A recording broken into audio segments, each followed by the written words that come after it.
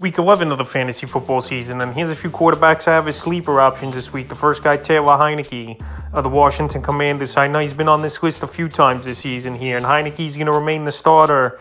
Reports have come out over the last couple of days here, even if Carson Wentz is back soon and healthy. And this Commander team 3-1 this season with Heinicke under center, so it only makes sense for them to keep him. And this week here, he's got a good matchup on paper versus the Houston Texans that obviously haven't stopped anyone. He's got a decent receiving core. Terry McLaurin, Curtis Samuel.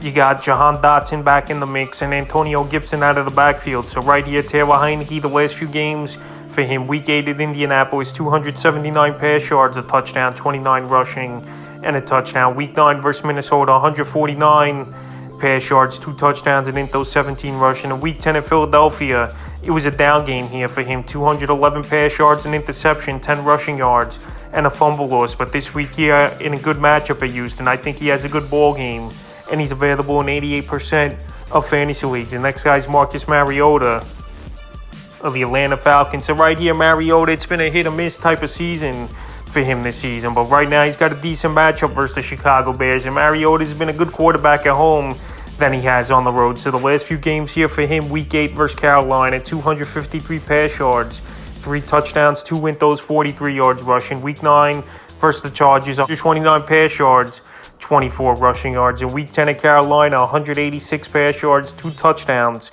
an interception, and 43 rushing yards. So right here, Week 11 versus the Chicago Bears, they give up the 19th most fantasy points to quarterbacks on the season. And this could be a ball game where obviously Justin Fields and this Bear team, like they have over the last few weeks, get off to a quick start, and Mariota and the Falcons got to play catch up, and he does give you 4 or 5 extra points per week on the ground as Mariota. So right now available in 61% of fantasy leagues, and if you're in a pinch for a quarterback, he's a sleeper this week. And the third and final quarterback I have as a sleeper is Davis Mills of the Houston Texans. So Davis Mills, a lot of garbage time we've seen out of him over the last few weeks here. Even last week, he went over 300 yards versus the New York Giants. Available in 91% of fantasy leagues, and the Commanders do give up 12th most fantasy points to quarterbacks on the season. So the last couple games here for Mills, Week 9 versus Philly, 154 pass yards, 2 touchdowns, 18 rushing yards.